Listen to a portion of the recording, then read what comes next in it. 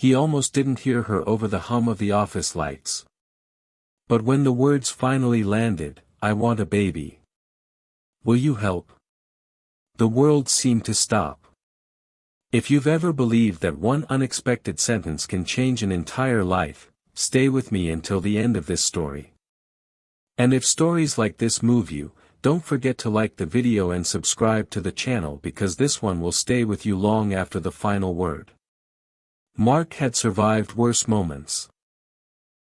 He had survived the night his wife died during childbirth. He had survived learning how to braid hair with trembling hands and how to smile through exhaustion for the sake of his son Noah. He had survived being both mother and father, both strength and softness. But nothing had prepared him for standing in front of Elena Wright, the most powerful woman in the company, the CEO everyone feared. And hearing her ask him something so deeply personal, it made his chest tighten. Elena was not the kind of woman people associated with vulnerability. She was sharp, composed, always in control. The boardroom bowed when she spoke. Investors listened. Employees straightened their backs. Yet in that moment, standing in her glass-walled office with the city stretching behind her, her eyes were different. They weren't cold or calculating. They were scared. Mark had only been there to deliver files. He was a senior operations manager, respected but invisible, a single dad who clocked out exactly on time to pick up his son from school. He never stayed late, never joined after-work drinks. He thought that made him small in a world that worshipped ambition. But Elena had noticed him long before he noticed her. She had watched how he spoke about his son without shame. How he refused promotions that demanded his nights and weekends, how he treated everyone assistants, cleaners, interns with the same quiet respect. And somewhere along the way, she started to trust him. Then admire him. Then when her doctor told her the truth she had been avoiding for years, that time was running out, she realized he was the only person she felt safe enough to ask. "I'm not asking for love," she said softly. Fingers clenched at her side. "I'm asking for honesty, for help. I want to be a mother. I don't want to do it alone."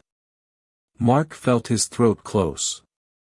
He saw Noah's face in his mind, his crooked smile, his small hand wrapped around Mark's finger on their first day of school. He remembered the loneliness of parenting alone, the fear, the nights he cried in silence. And now here was this woman asking him to step into something that could change everything. I don't know what to say," he finally whispered. Elena nodded as if she had expected that. "You don't have to answer now. I just needed you to know." Her voice broke on the last word and she turned toward the window, giving him privacy he hadn't asked for. Days passed, then weeks. Mark tried to bury himself in routine, but the question followed him everywhere, at breakfast with Noah, on the drive to school, in the quiet moments before sleep. Could he do this? Could he bring another child into a life that already felt stretched thin? And what about Elena? This wasn't a contract or a business deal. This was a human life. One night, Noah looked up from his homework and said, "Dad, are you sad?" Mark froze. "Why would you think that? You get quiet when you're thinking about big things." Noah replied, too wise for his age. Mark realized then that whatever choice he made, it would shape not just his life, but his son's. He owed him honesty. "Someone asked me something very important," he said carefully. "And I'm scared of making the wrong choice." Noah thought for a moment. "Being scared doesn't mean it's bad," he said. "It just means it matters." The next morning, Mark stood in Elena's office again. This time, he didn't come with files. He came with his truth. I won't pretend this is simple, he said. I know what it costs to raise a child. I know the nights you don't sleep and the parts of yourself you give away, but I also know what it gives back. If we do this, it has to be with respect, with honesty, and with my son's heart protected. Elena turned slowly, tears already in her eyes. I would never hurt him, she said. Or you. They didn't fall in love overnight. This wasn't a fairy tale. It was awkward, complicated. Boundaries had to be drawn.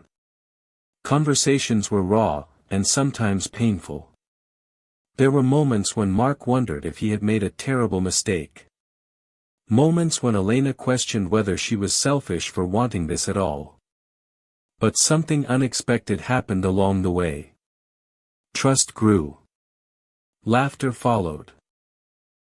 Noah started asking when Miss Elena would come to dinner again. Elena learned how to read bedtime stories. Mark saw a side of her the world never did. Gentle, uncertain, real.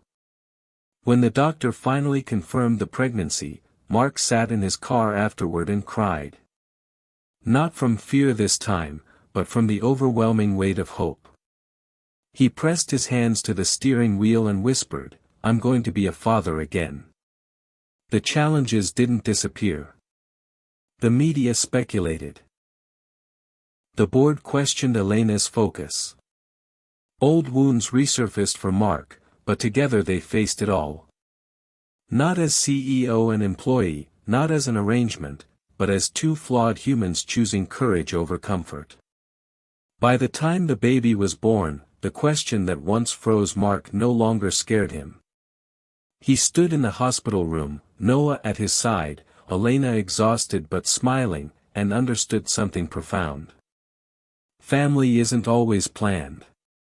Sometimes it's built from brave yes spoken in moments of fear. If this story touched you, if it reminded you that love and responsibility can come from the most unexpected places, take a moment to like this video and subscribe to the channel. Because sometimes the stories that change us the most begin with a question we never expected to hear and an answer that changes everything.